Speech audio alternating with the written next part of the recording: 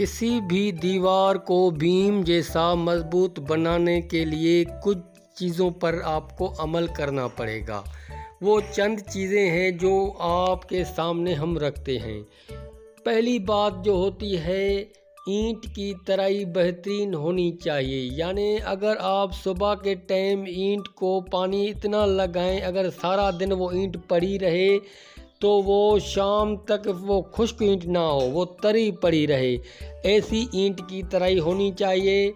और दूसरा जो काम है, आपने जो मसाला इस्तेमाल कर रहे हैं, जो दीवार की चुनाई में मसाले का इस्तेमाल कर रहे हैं, जब उस मसाले को आप भिगोएं तो आपने 1 घंटे से ज़्यादा वो मसाले को नहीं चलाना। 1 घंटे में वो मसाला आपने लगा देना है ताकि दीवार मज़बूत रहे।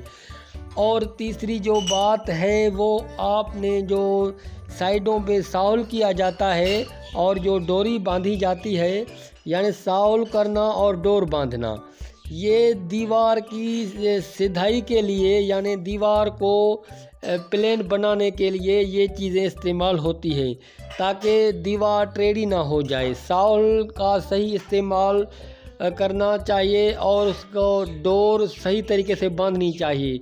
आप ऊपर से जो रद्दा लगाएंगे तो वो रद्दा बिल्कुल प्लेन लगाना है।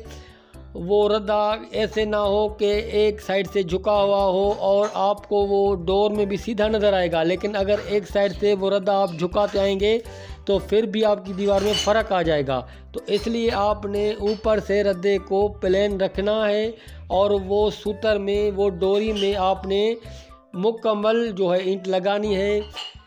ईंट को जब आप दीवार को मुकम्मल करे जाएं, फिर आपने उस दीवार की 3-4 दिन तक मुकम्मल तराई करनी है। फिर इंशाल्लाह ताला आपकी दीवारों में कभी दरारें नहीं आएगी। वो दीवार आपकी भीम की तरह मजबूत होगी।